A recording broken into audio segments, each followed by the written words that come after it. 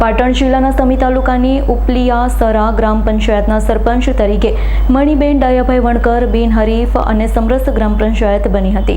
પાટણ જિલ્લાની સમી તાલુકાની ઉપલિયાસરા ગ્રામ પંચાયતના સરપંચ તરીકે મણિબેન ડાયાભાઈ વણકરની બિનહરીફ વરણી કરવામાં આવી, તેમજ ઉપલિયાસરા ગ્રામ પંચાયતના તમામ વોર્ડના સભ્યોને પણ બિનહરીફ કરવામાં આવ્યા છે।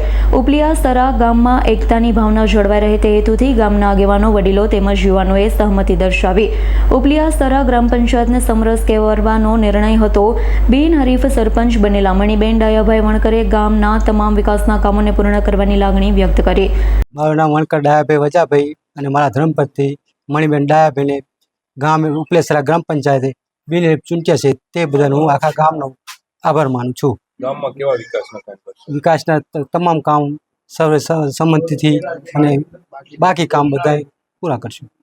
હું પરમાર અંકિત અજાભાઈ અમારી ઉપલેસરા ગ્રામ પંચાયતમાં વણકર મણિબેન ડાયાભાઈને સર્વ ગામ સમસ્ત મળીને બિનહરીફ જાહેર કરેલ છે, તેમજ બધા હળીમળીને રહે તે માટે બધાએ એક જ શબ્દ અપનાવ્યો કે આપણે બિનહરીફ જાહેર કરીએ, તેમજ સમગ્ર ગામ હળીમળીને અમે વિકાસના કામો એવા સારા કરશું, જેવી કે પાણીની સમસ્યા હોય, અમારે ખાસ તો અહીં મીઠા પાણીની સમસ્યા છે, જે મીઠા પાણીનો હલ લાવશું અમે।